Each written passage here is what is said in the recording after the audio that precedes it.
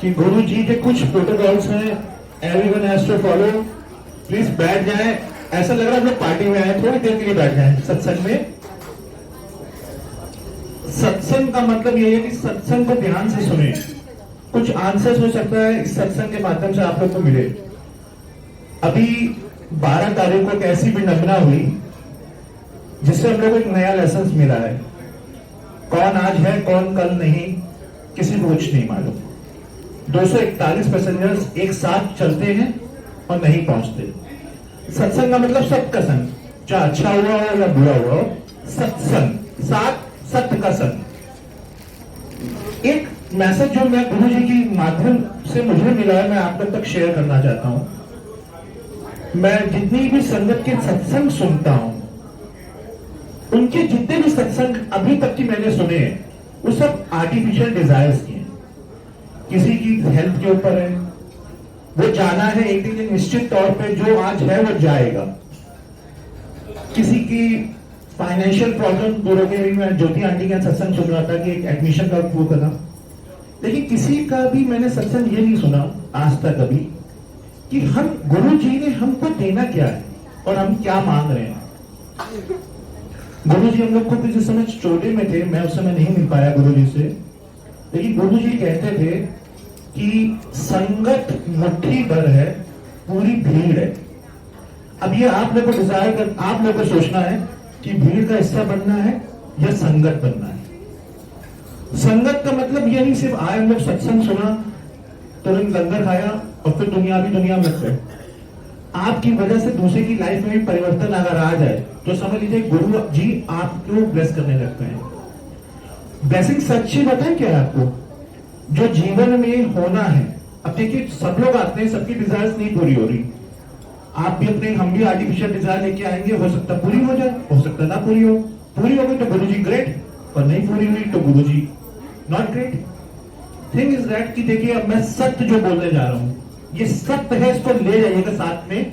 जो भी हो रहा है वो आपका अपने कार्मिक अकाउंट की वजह से हो रहा है। किसी की डिजायर पूरी हो गई। अभी ऐसे आंटी ने कहा कि मैं 28 साल तक की प्रॉब्लम ये थी, वो 28 साल तक इनके कार्मिक अकाउंट इनको झेलने थे। अब वो हम क्योंकि गुरु जी से जुड़े हुए, हम उनको शुक्राना करते हैं कि हमारे साथ हो गया। अगर गुरु जी ने इनको जोड़ा है तो ये चीज समझे कि हमारे साथ जो भी अच्छा हो रहा है या बुरा हो रहा है, that's only goes to us. हमारे साथ जो अच्छा भी होगा उसका भी क्रेडिट हमें जाएगा, बुरा भी होगा। लेकिन गुरु जी से जुड़ने का क्या फिर मतलब हुआ? गुरु जी से मतलब हुआ कि हमें बर्थ और रिबर्थ के साइकिल से छुड़काने के लिए गुरु जी ने हम लोग को साथ जुटाया। अगर हम एक तो सुखमनी साहिब में एक आती है, प्रत के सिमरन गर्भ ना बसे। इसका मतलब समझते हैं आप लोग कि हम दोबारा गर्भ में ना जाएं, कि जो एक साइकिल है 84 लाख यूनि का, उसको पार करना ही गुरु की प्राप्ति है।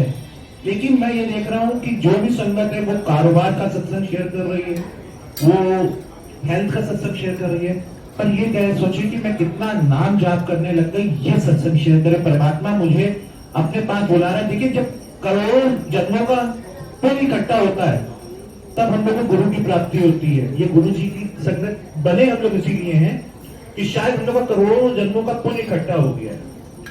तो आप लोग एक चीज अपने दिमाग में रख लीजिए, अगर आप लोग एक भी लाइफ परिवर्तन कर ले गए, कि मतलब जीवन में अगर सही सत्संग यही है, गुरु जी की लेसन यही है कि अगर एक व्यक्ति कुमार्ग पे जा रहा है, उसको हम अगर सही व्यक्ति बनाने में अपने सहयोग कर ले गए तो समझ लीजिए गुरु सच में आप लोगों को ब्लेसिंग कर रहा है। बाकी रही बात, फाइनेंशियल प्रॉब्लम आएगी और जाएगी, ठीक है, क्योंकि तो हमारे श्री राम जी से बड़े तो हम लोग हो नहीं सकते कि एक समय हम लोग उनको बनने जा रहे हो राजा, और स्टूडेंट आता है कि वो चलो 14 साल के लिए वनवास।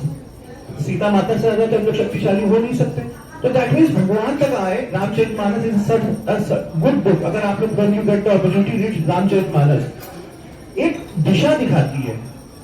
शिव पुराण बताती है कि पार्वती माता को मालूम है इतनी तपस्या क्यों करनी पड़ी थी?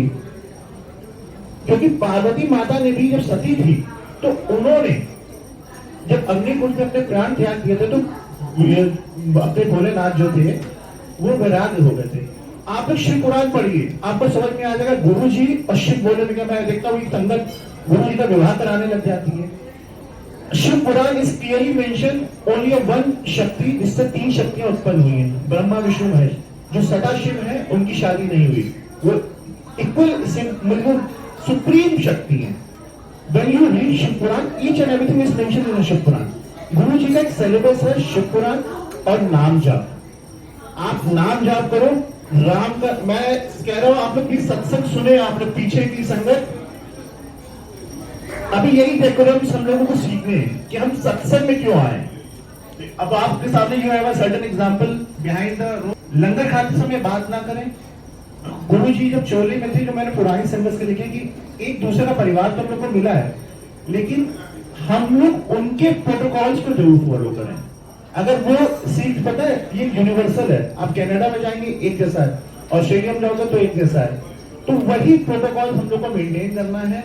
और कोशिश ये करिए अधिक से अधिक नाम जाप करिए, वही गुरु जी की ब्लेसिंग समझेगा। बाकी अगर आप लोग के साथ जो हो रहा है तो ये गारंटी दे रहे हैं वो अच्छा हो रहा है या बुरा हो रहा है, इस गोल्ड ओनली गोल्ड क्रिएट जाएगा, वो आप ही लोग हो जाएगा। जय गुरु जी, शुक्रिया। ये सत्संग तो वैसे कल होने वाला था 10 तारीख को, तो आशा आंटी के भी आज था और इनके यहाँ भी होना था। तो हमने इनसे बोला कि चाची आज मत रखो, क्योंकि आशा आंटी में भी है, फिर संगत भी नहीं आ पाएगी, क्योंकि इन्होंने बोला था कि तुम्ही को सारे का मतलब यूनाइट भेजना है, संगत आ जाए। तो हमने बोला कि चाची उसी दिन वहाँ भी, उसी दिन यहाँ भी होगा तो भी मुश्किल पड़ेगा। तो ये 9 तारीख का हो रहा था पहले, लेकिन इन्होंने बोला कि नहीं मेरे बच्चों की छुट्टी रहती है तो हमको थर्सडे ही करना है। तो हमने बोला ठीक है करो। फिर ये बोली कि टाइम तो अपने हिसाब से रख लो, तो मैंने यहाँ 12 बजे का टाइम गुरुजी ने रखवाया यहाँ का, क्योंकि आशा आंटी ने भी 4 बजे का रखा। तो ये हो रहा था कि अच्छा हुआ है, मतलब कल नहीं हुआ, अगर कल हो जाता, हमारे घर के बगल में यहीं पे एक डेथ हो गई थी। और सोचिए गुरुजी ने अगर कल की डेट में सत्संग होता तो सोचो उनके घर में डेथ हो गई तो ये सत्संग तो कैंसिल हो जाता ना। और गुरुजी को अपने काम वैसे ही बहुत अच्छे से करवाने होते हैं, तो गुरुजी ने पहले से ही मन में इनके डाल दिया था कि सत्संग 10 तारीख को होना है। और कितना अच्छा दिन, आज गुरु पूर्णिमा भी है, तो इसके लिए भी गुरुजी का शुक्राना, जो इतनी बुद्धि दे देते हैं, जो हम लोग मद बुद्धि होते हैं उसमें बुद्धि देने के लिए शुक्राना गुरुजी का। और वैसे तो गुरुजी बहुत अच्छे अच्छे सत्संग सबके साथ कराते रहते हैं, तभी हम कहते हैं अगर एक सत्संग भी आपने दरबार में शेयर कर दिया तो आपके साथ नई नई चीजें होती रहेंगी। तो इसलिए आप लोग हिम्मत करके उठो, आप नहीं कुछ बोलोगे, गुरुजी ही बुलवाते जाते हैं और इतना जोश ला देते हैं अपने अंदर बोलने का कि पता ही नहीं चलता कि हम बोल रहे हैं। कुछ एक्स्ट्रा जो मुंह से निकलता है ना वो गुरुजी बुलवाते हैं। तभी हम कहते हैं कहीं पे भी, चाहे हजारों की भीड़ में भी हमको कोई खड़ा कर दे तो हम सत्संग शेयर कर लेते हैं, क्योंकि हमें पता है मेरे गुरुजी इतनी हिम्मत दे देते हैं। कहीं पे भी हो सत्संग आप शेयर कर दो, क्योंकि गुरुजी कहते थे कि आप जितना हम आपके शुक्राने आपके साथ करते जाए, आपका कल्याण कर रहे हो, लोगों को पता। जैसे कि आप लोग मेरे कल्याण जानते हो, गुरुजी ने कितने कितने कमाल करे, कितने शुक्राने करे गुरुजी का, इसका अनंत शुक्राना गुरुजी का। तो इसीलिए गुरुजी कहते हैं कि हम जो आपके साथ कर रहे हो लोगों को बताते जाओ, ताकि लोगों को भी पता चले कि हाँ हमारे गुरुजी कितना कल्याण करते हैं। तो गुरुजी का इसका बहुत बहुत शुक्राना। एक सत्संग शेयर करना चाहते हैं कि जैसे कि हम सब लोग इतने लोग बैठे हुए हैं, सबकी अलग अलग बुद्धि होती है। तो एक बार ये हुआ था कि गुरुजी के मतलब एक तिरस्कार था, तो वो अपनी मूर्तियां बनाता था, मतलब वो मूर्तियां बनाता था, तो उसकी मूर्तियां बिक नहीं रही थी, तो उसने 3 मूर्ति उठाई और वो जाता है, कहता है कि आज जाऊंगा गुरु से पूछूंगा कि मेरी मूर्तियां क्यों नहीं बिक रही हैं। तो गुरुजी ने कहा कि वो जाता है अपनी तीनों मूर्ति लेके, तो सेवादार बोलता है क्या हो गया, तो वो शख्स बोलता है कि वो बंदा बोलता है कि मुझे गुरुजी से बात करनी है कि मेरी ये 3 मूर्तियां हैं, इसकी मुझे मतलब इतने मैंने प्यार से बनाया, सब कुछ किया, फिर भी नहीं बिक रही है। तो गुरुजी ने कहा ठीक है, अच्छा यहाँ पे तीनों रख दो। तो उसने तीनों मूर्तियां वहां पे रख दी। तो गुरुजी आके गद्दी पे विराजमान होते हैं, तो पहली मूर्ति उठाते हैं वो। तो जो पहली मूर्ति उठाते, सेवादार से बोलते जाओ एक तार लेके आओ जाके। तो उसने बोला तार, गुरुजी ने बोला तार लेके आओ, तो एक लंबा सा तार वो लेके आता है। जब वो तार लाता है तो वो सेवादार सोचता है तार का गुरुजी पता नहीं क्या करने वाले, तो गुरुजी को वो तार लाके दे देता है। तो गुरुजी ने कहा कि लो एक मूर्ति उठा के दो। उसने एक मूर्ति उठाई तो वो तार गुरुजी उस मूर्ति के कान में डाल रहे होते हैं। है ना, वो तार जो है ना गुरुजी उसकी मूर्ति के कान में डाल रहे थे, और कान में डालते डालते वो तार ना कान के दूसरे कान से बाहर आ गया। तो गुरुजी कहने लगे कि इसके कान से बाहर आ गया, इस मूर्ति को इधर रख दो। तो सेवादार ने पूछा कि गुरुजी इसका क्या मतलब हुआ। तो गुरुजी ने कहा इसका मोल ज्यादा नहीं है, अपनी नजरों में तो ये सही है, लेकिन इसका ये है कि एक कान से सुनता है, दूसरे कान से निकाल देती है, तो इसको एक साइड में रख दो। तो फिर गुरुजी ने कहा दूसरी उठाओ मूर्ति। तो गुरुजी दूसरी मूर्ति देते हैं, वो सेवादार दूसरी मूर्ति देता है। फिर गुरुजी वही चीज करते हैं, कान में डाल रहे होते हैं तो वो मुंह से बाहर आ जाता है तार। तो सेवादार बोलता है गुरुजी इसका क्या मतलब हुआ।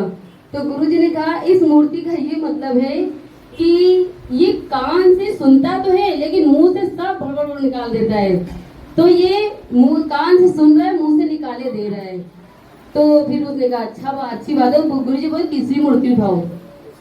तो तीसरी मूर्ति लेते हैं, तो फिर वही चीज करने लगते हैं, वो कान में डाल रहे थे, वो पेट में चली जाती है सीधे। तो सेवादार बोला गुरुजी इसका क्या मतलब हुआ। तो सेवादार बोलते हैं, गुरुजी बोलते हैं इसका ये मतलब हो रहा है, ये सुनता तो सबकी है, लेकिन ये पेट में रखे रहता है, और ये जहाँ पे टाइम आता है वहां पे बताता है। तो इसका इस दुनिया में बहुत मूल्य है। तो ये अब इसको मूर्ति को इधर रखो। तो इसका मतलब तो आप लोग समझ ही गए होंगे ना कि इतने लोग होते हैं, सबकी बुद्धि अलग अलग होती है। कुछ लोग सुन के क्या करते हैं, जैसे हम लोग गुरुजी की बातें करते हैं, गुरुजी पे आ जाते हैं। अगर हम लोग गुरुजी की बातें करते हैं तो कुछ लोग सुन के निकाल देते हैं, और कुछ लोग क्या करते हैं सुन लेते हैं लेकिन बखान करते हैं। जैसे हम लोग हमारे गुरुजी कहते ही हैं कि आपको जो मैं बता रहा हूँ, जो कल्याण कर रहा हूँ, लोगों को बताओ। तो आप सबको बताते रहो, लेकिन कुछ एक जो उसने वो वाला था कि मुंह से बोला और पेट में रखे रहे। तो उसका क्या था कि टाइम आने पे वो चीजें बाहर निकालना। जैसे कि आज इतनी सारी संगत बैठी हुई है, तो यहाँ पे अपने अपने अगर हम लोग के साथ जो सत्संग होते रहते हैं, तो वो आज हम लोग को बताना अच्छा लग रहा हो। जैसे कि ये आई यहाँ पे श्रुति, इन्होंने अपना सत्संग अपने मन में ही रखी रही, पेट में रखी हुई थी, लेकिन सही टाइम पे इन्होंने बताया और सही चीज बताई।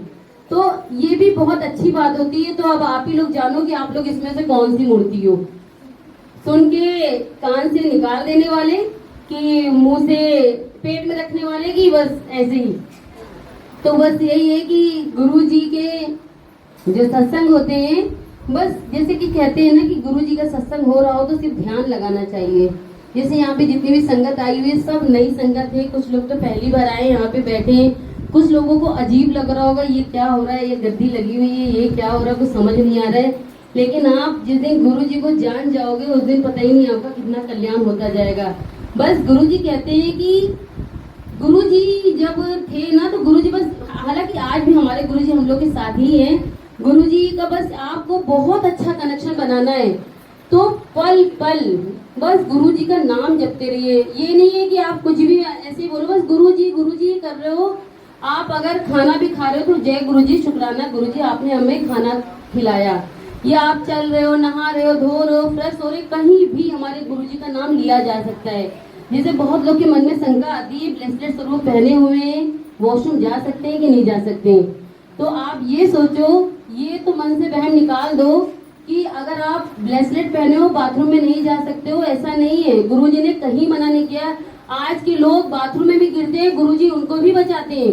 तो अब कैसे गुरुजी नहाते नहाते लोगों को गुरुजी उठा के लाए, उनको बचाया है, तो गुरुजी क्या वहां पे नहीं आए? एक ब्रेसलेट पहनने से बाथरूम में नहीं जा सकते हैं क्या? बहुत लोग के मन का जो कीड़ा होता है वो हम बता रहे हैं कि हमारे गुरुजी का ब्रेसलेट स्वरूप, ये माला स्वरूप आप कहीं भी पहन के जा सकते हो, किसी भी पोजीशन में रह के आप कर सकते हो। और ये भी नहीं जरूरी इसमें नहा धो के सब कुछ। अगर आपका मन साफ है तन तो वैसे ही साफ हो जाएगा। आपको सबसे पहले अपना मन को साफ करना है। जहाँ पे आप अपने गुरुजी को वास करवा रहे हो, आपके मन में गुरुजी जब बसेंगे तो आपका तन वैसे ही साफ हो जाएगा। तो बस आप गुरुजी का नाम जपते रहिए। और हर चीज, जैसे कि आप अपने माँ बाप से प्रेम करते हो, बच्चों से प्रेम करते हो, उतना प्रेम करना। जैसे कि कहते हैं ना, माँ और बेटे में कोई शंका नहीं होती प्रेम की। आज हम अपने पति से प्यार करते हैं या किसी अपने बच्चे से प्यार करते हैं, उसमें भी एक शक आ जाता है। लेकिन यानी कि पति पत्नी के बीच में एक शक आ जाता है कि मुझसे प्यार नहीं करती है, या मैं इससे प्यार नहीं करता हूँ, या मेरा पति मुझसे प्यार नहीं करता, ऐसी शंका चल रही होती है। लेकिन आपको गुरुजी से ऐसा प्यार करना है जैसे माँ अपने बच्चे से प्यार करती है। उसका प्यार में कोई लोभ नहीं होता है, कोई माया नहीं होती है, सिर्फ उसका सच्चा प्यार होता है जो माँ अपने बच्चे से करती है। उसमें कोई शक नहीं होता है, कोई भेदभाव नहीं होता है। अगर 4 बच्चे भी होते हैं तो सबको एक बराबर देखा जाता है, लेकिन आजकल के बच्चे क्या सोचते हैं, भाई को ज्यादा मानती है, बहन को कम मानती है। जैसे मेरी बेटी कहेगी कभी कि रीशु को ये ज्यादा मानती है, रीशु कहेंगे रिया को ज्यादा मानती है, मेरे लिए कुछ नहीं होता है। तो ये इन लोगों को समझ में नहीं आता है कि हम लोग तो बच्चों को बराबर प्यार करते हैं। और मेरी मम्मी को बोला जाता है कि ये जो है हमको ज्यादा प्यार करती है, उसी को बोलती ज्यादा। और मम्मी के दिल जानता होगा कि मेरी मम्मी अपने 4 बच्चों से बहुत प्यार करती है। हम लोग आज अपने 2 बच्चों को नहीं समझ पा रहे, मेरी मम्मी ने तो 4 बच्चे पैदा कर दिए और सबको एक नजर से देख रही है, एक नजर सबको बराबर प्यार दे रही है। फिर भी आज हम लोग 4 भाई बहनों में लगता है कि उनसे ज्यादा प्यार करती है, उनसे ज्यादा प्यार करती है।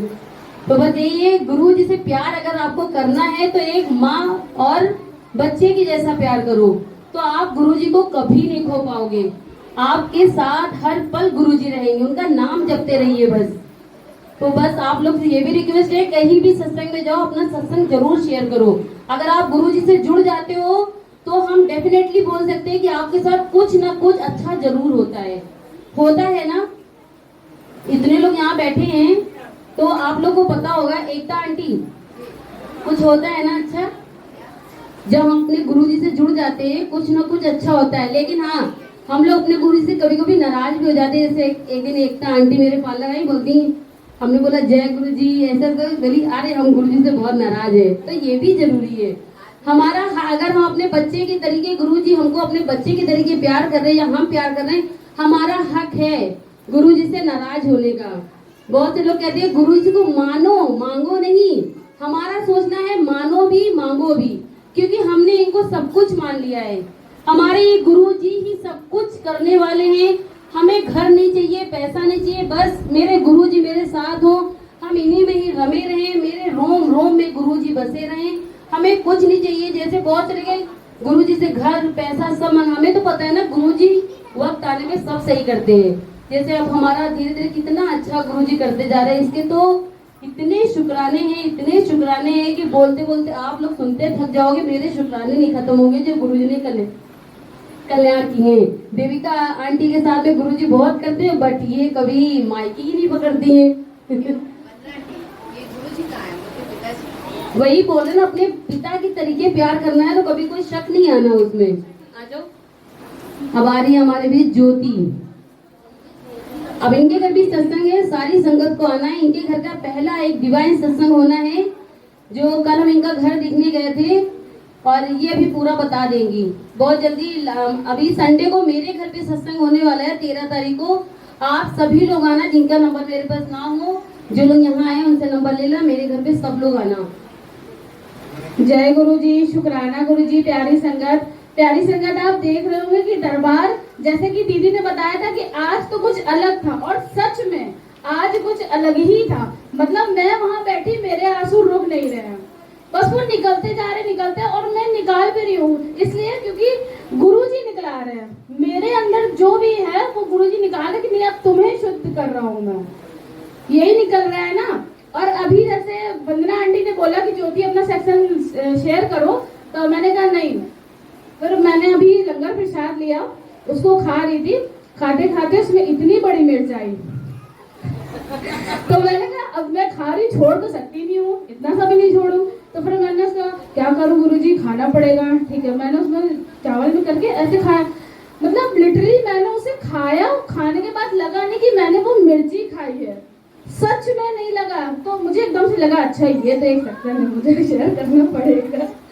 जैसे वंदना आंटी ने बताया कि इस संडे को वंदना आंटी के घर में है सत्संग, और उसके बाद जो नेक्स्ट संडे आएगा उसमें मेरे घर में और फर्स्ट है। मतलब पहली बार मैं गुरुजी को, अभी मैंने बहुत बोला कि नहीं संडे तो संडे है, लेकिन आज यहाँ से मैं आपको लेके जाऊंगी, चाहे जिस रूप में आप चलो। मैंने बहुत लड़ाई करी, मैं रोती जा रही हूँ, लड़ती जा रही हूँ उनसे कि नहीं गुरुजी, आज तो मैं आप किसी ना किसी स्वरूप में आप मेरे साथ चलोगे और जरूर चलोगे।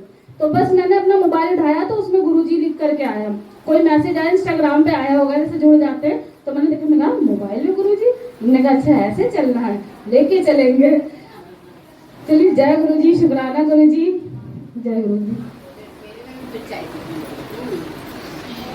ओम नमः शिवाय।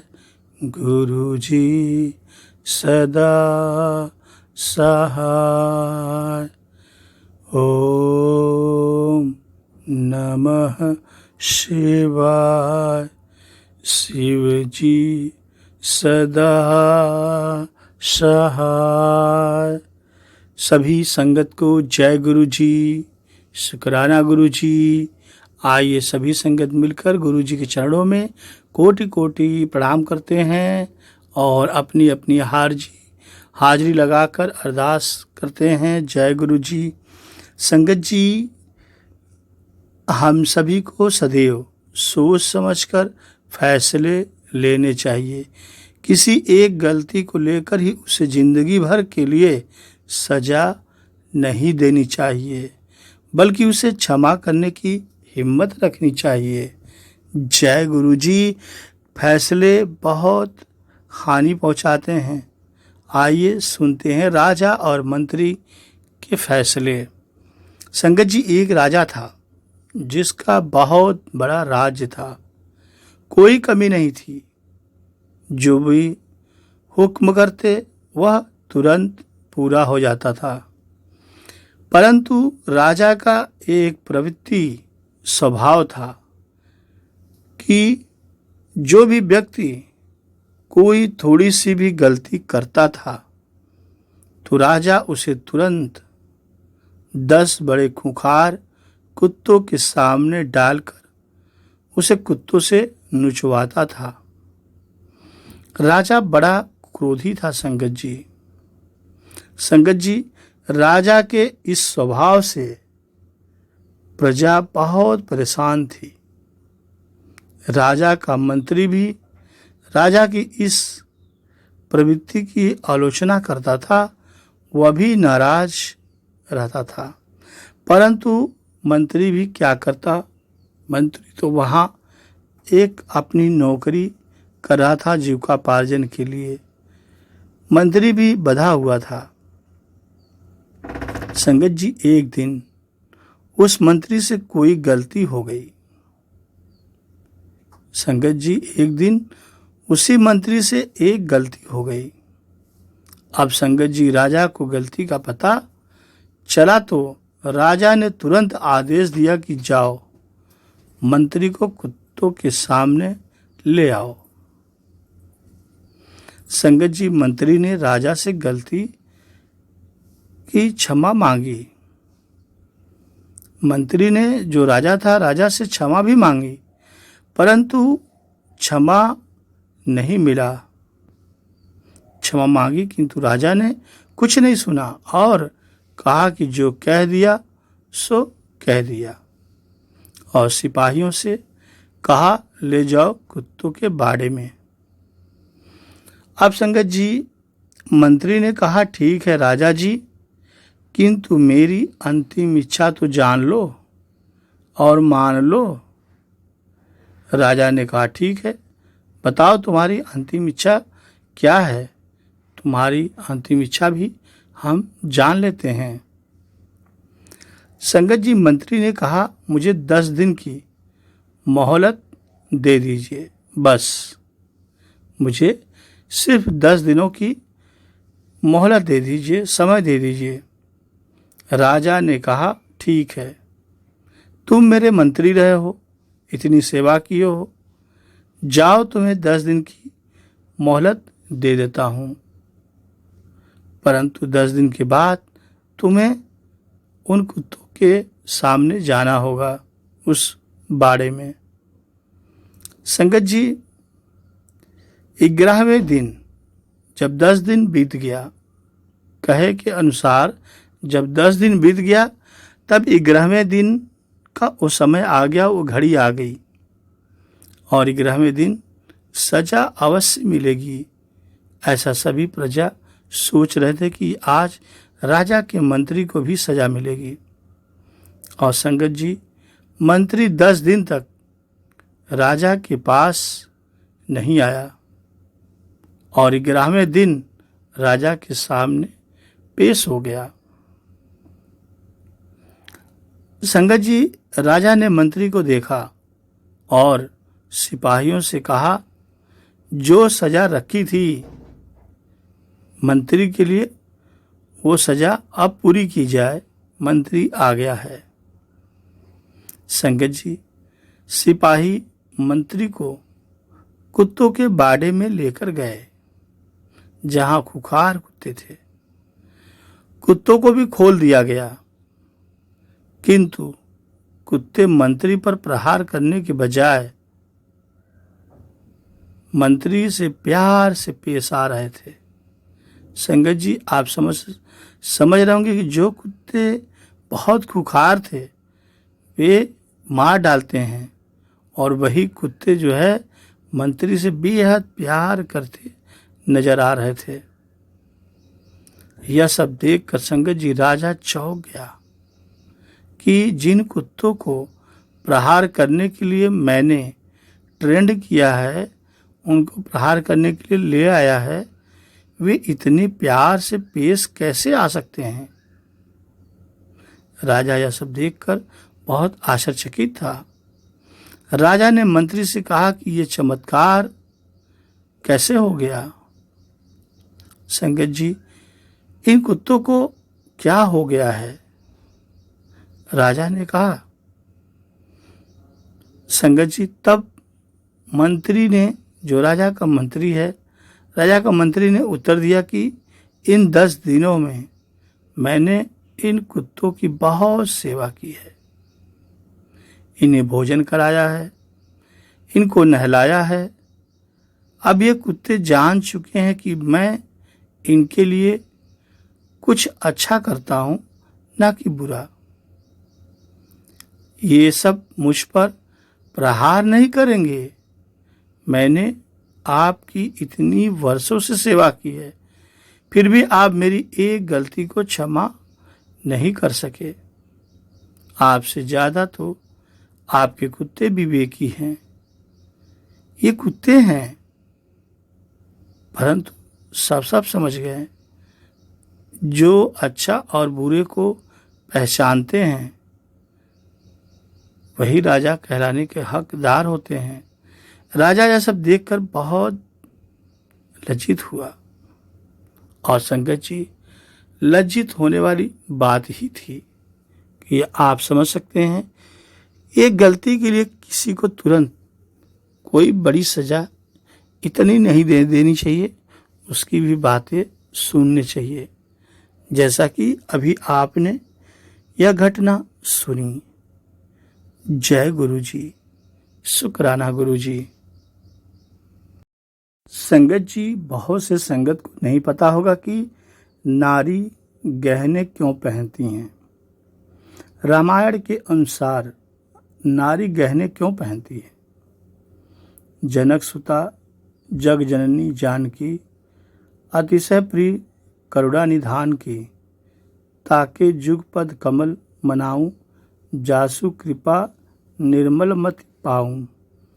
राजा जनक की पुत्री, जगत की माता सीता और करुणा निधान श्री रामचंद्र की प्रियतमा श्री जानकी सीता जी के दोनों चरण कमलों को मैं मानता हूँ, जिनकी कृपा से निर्मल बुद्धि पाऊं। भगवान राम ने धनुष तोड़ दिया था। सीता को 7 फेरे लेने के लिए सजाया जा रहा था तो वह अपनी माँ से प्रश्न पूछ बैठी, माता श्री, इतना श्रृंगार क्यों? संगत जी, बेटी के विवाह के समय वधू का 16 श्रृंगार करना अत्यंत आवश्यक है, क्योंकि श्रृंगार वर या वधू के लिए नहीं किया जाता, बल्कि यह तो आर्यावर्त की संस्कृति का अभिन्न अंग है। उनकी माताश्री ने उत्तर दिया था, अर्थात सीता जी ने पुनः पूछा, इस मिश्रिक का आर्यावर्त से क्या संबंध है? बेटी, मिश्री धारण करने का अर्थ है कि आज तुम्हें बहाना बनाना छोड़ना होगा। और मेहंदी का क्या अर्थ है? बेटी ने पूछा। मेहंदी लगाने का अर्थ है कि जग में अपनी लाली तुम्हें बनाए रखनी होगी। और आगे सीता माता ने पूछा, और काजल से ये आंखें काली क्यों कर दी? माँ ने जवाब दिया, बेटी, काजल लगाने का अर्थ है कि सील का जल आंखों में सदैव धारण करना होगा अब से तुम्हें। संगत जी, सीता माता ने पूछा, बिंदिया लगाने का क्या अर्थ है माता श्री? फिर माता ने बिंदी का अर्थ बताया। बिंदी का अर्थ है कि आज से तुम्हें शरारत को तिलांजलि देनी होगी और सूर्य की तरह प्रकाशमान रहना होगा। संगत जी, फिर आगे सीता माँ ने पूछा, यह नथ क्यों? नथ का अर्थ है, माता ने बताया कि मन की नथ, यानी किसी की बुराई आज के बाद नहीं करोगी, मन पर लगाम लगाना होगा। और उसके बाद संगत जी, सीता माता ने पूछा, यह टीका क्यों लगाया जाता है? तब सीता माता की माता जी ने बोला, पुत्री, टीका का यश का प्रतीक है। तुम्हें ऐसा कोई कर्म नहीं करना चाहिए जिससे पिता या पति का घर कलंकित हो, क्योंकि अब तुम दो घरों की प्रतिष्ठा हो, इसलिए टीका लगाया जाता है। और संगत जी, आगे माँ ने सवाल किया, सीता माँ ने, यह बंदनी क्यों? संगत जी, बेटी बंदनी का अर्थ है कि पति, सास, ससुर आदि की सेवा करनी होगी। उसके बाद संगत जी उन्होंने प्रश्न किया, पति का क्या अर्थ है? फिर जवाब मिला, पति का अर्थ है कि अपनी पत यानी लाज को बनाए रखना है। लाज ही स्त्री का वास्तविक गहना होता है। कर्णफूल क्या है? हे सीते, कर्णफूल का अर्थ है कि दूसरों की प्रशंसा सुनकर सदैव प्रसन्न रहना होगा। और इस हंसली से क्या तात्पर्य है? हंसली का अर्थ है कि सदैव हंसमुख रहना होगा, सुख ही नहीं दुख में भी धैर्य से काम लेना होगा। और मोहलता क्यों? मोहलता का अर्थ है कि सबका मन मोह लेने वाले कर्म करती रहना। नौलखा हार और बाकी गहनों का अर्थ भी बता दो माता श्री, सीता ने सवाल किया अपनी माँ से। माँ ने जवाब दिया, पुत्री, नौलखा हार का अर्थ है कि पति से सदा हार स्वीकार करना सीखना होगा। कड़े का अर्थ है कि कठोर बोलने का त्याग करना होगा। और बांग का अर्थ है कि सदैव सीधा साधा जीवन व्यतीत करना होगा। छल्ले का अर्थ है कि अब किसी से छल नहीं करना। और पायल का अर्थ है कि बूढ़ी बड़ियों के पैर दबाना, उन्हें सम्मान देना, क्योंकि उनके चरणों में ही सच्चा स्वर्ग और सुख है।